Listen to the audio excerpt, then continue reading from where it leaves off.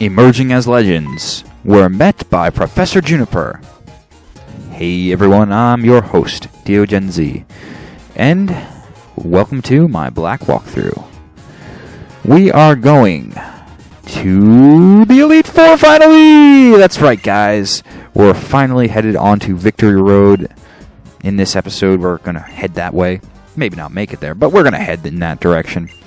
And we are going to face our last challenge.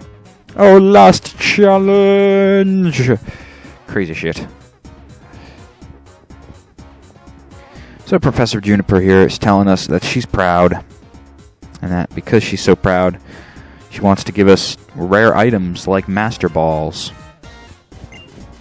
So that's the classic, you won the last gym, here's your epic reward before going on your last epic victory journey. Nope, I don't regret this at all. This has been a brilliant time. Although I'm curious to see what she would say if you said yes. I felt like this was a waste of time. The Master Ball! Yep, happens after every Pokemon game, after every 8th gym. You have to go back to the professor, or in this case, the professor comes to you, and you're awarded a Master Ball. So that's what we get for braving our journeys in Unova. For me, it was more of an exploration, so quick reheal after fighting Drayden, and let's get on with more exploration. So, as we speak of exploration, I do have a bit of a curious question for you guys. I look at the view count of this, and I look at the thumbs up of this series compared to all the other ones, and it's a little low. It's a little low undoubtedly because this game has already been thoroughly played by anyone who has it, and I'm just lagging along with the walkthrough for anybody who crosses along later. Which is all good and fine. That's the purpose of these things, being a strategy guide. But to that, I want to question to you peoples if we should do any sort of post-league adventuring. The reason I'm curious the reason I'm contemplating going against that, and maybe just skipping the rest of what Unova has to offer, is the fact that I've already adventured through it, and it's the same zone.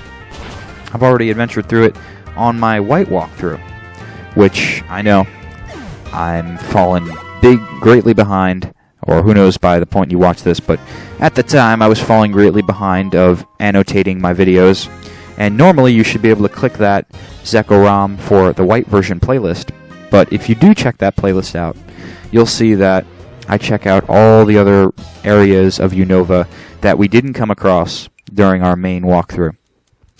So that's why I'm considering maybe just dropping this series after the Elite Four. Just calling it done after the single run. It's just kind of repetitive, and that's why. If you really want to know what's down that route, then go watch the white walkthrough. Yes, it's in Japanese, but that doesn't really affect your game. Your game, I'm assuming, is in whatever language you can read, and I'm just following along with my commentary to make it more interesting, plus show you what you can expect. And if you want to know what to expect without having to worry about reading Japanese, really, you just have to look at the Pokemon. It was a bit more difficult back then, I'll admit, to predict, just because I didn't know any of the Pokemon, period. None of the 5th gen, anyway. And I couldn't see who was going to be thrown and switched out next, so switching out does play. It hinges. It's one of the linchpins of Pokemon's main strategical battles. Switching is huge, not only in the main video game series, but also in the trading card game, which I had been doing some recent videos of. And it's surprising so, at how vital switching can be. It really can determine the match between a win and a loss, and we got paralyzation raped there by that electric. So, you go to sleep. Enough with your paralyzing. Fucker. It's like an instant paralyzation. There's no options or chance of it not paralyzing, it seems. Okay, there we go. Now it didn't paralyze.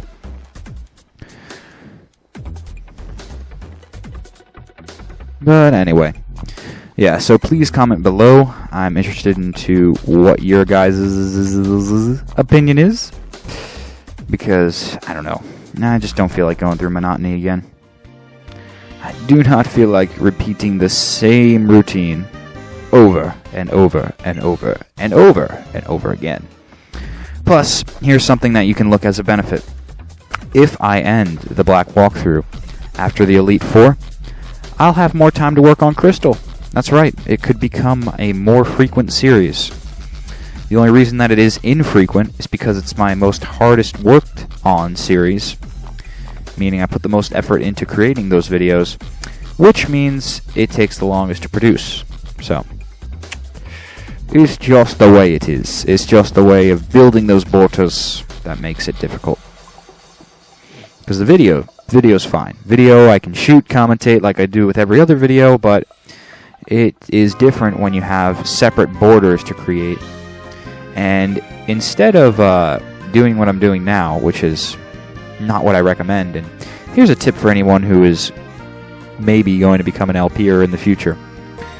But if you're doing a walkthrough that requires borders, and different borders, not just like this walkthrough that has the same border on every video, but if you are doing one that has different borders, be sure to have them made up and create it all up and out, ready before you do your LP. So, invest maybe a month.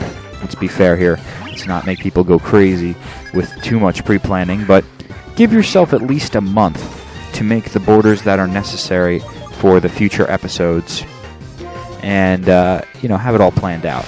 Because right now what I'm doing is I capture my footage and then I utilize that footage to create more borders. So I don't get more borders until I capture more footage, when in reality I should have the border done and ready to go when the footage is there.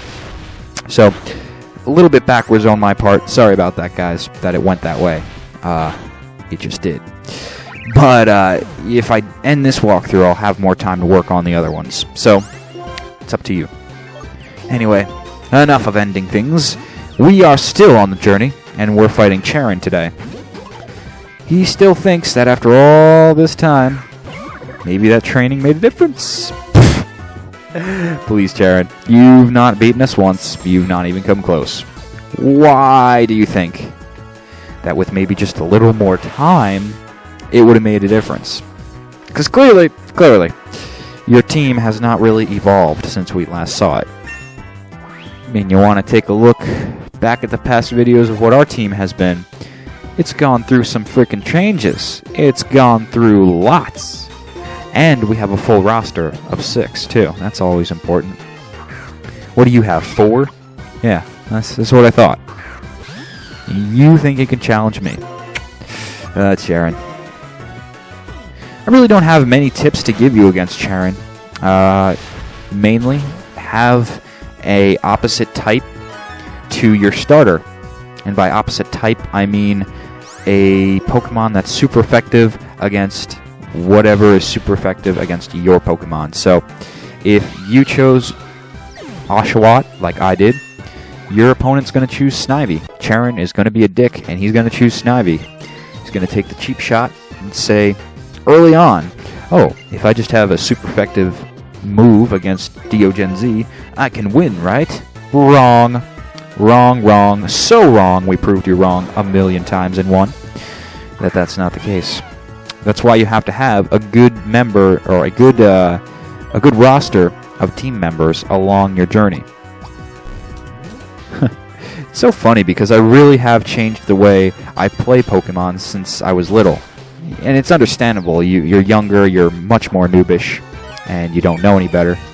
But I remember one run-through of Emerald I did that had me use only 3 Pokemon.